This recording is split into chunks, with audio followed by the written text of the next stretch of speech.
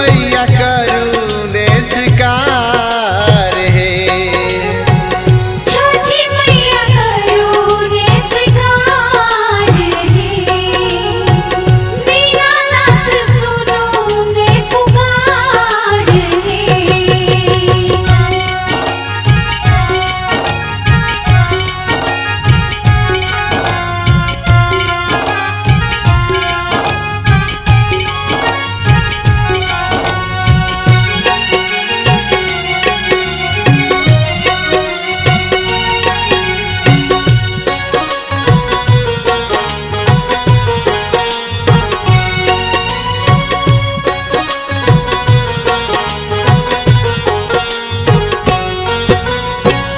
पोखरी के बीचो बीच जाई पवने तीन हाथ दोनों नारियल ने ठारे।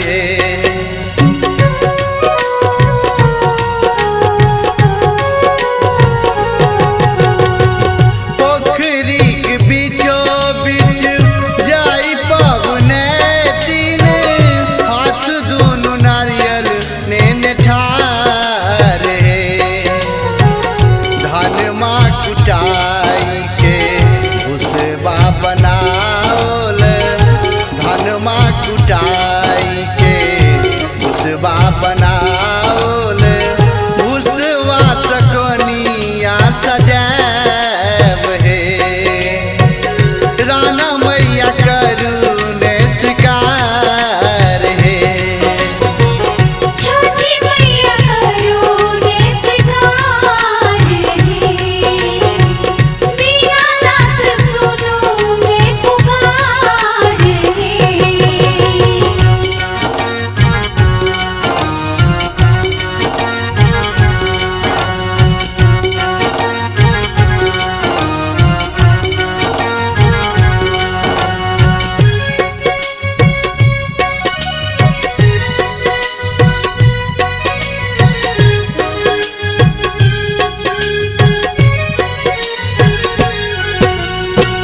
कंद मूल फूल सा हम डगरा सजाल, छठी मैल ठेकुआ बनैब है।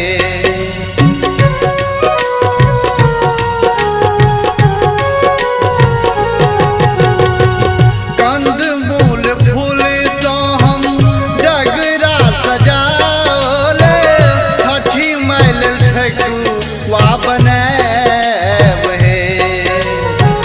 कुम्हरा दुकान सँ दीप मंगाइब, कुम्हरा दुकान सँ हम दीप मंगाइब, घाट बीच दीप जरैब है। दीनानाथ सुनू ने पुकार है। छठी मैया करुणे स्वीकार है। दीनानाथ सुनो ने पुकार है।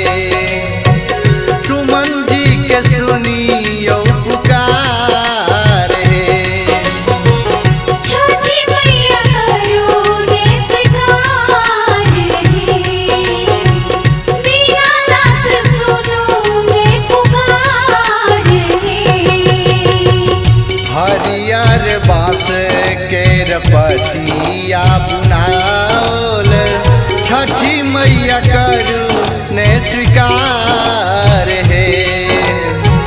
छठी मैया करू ने स्वीकार है। हरियर बाँस के रपटिया बुलाओल छठी मैया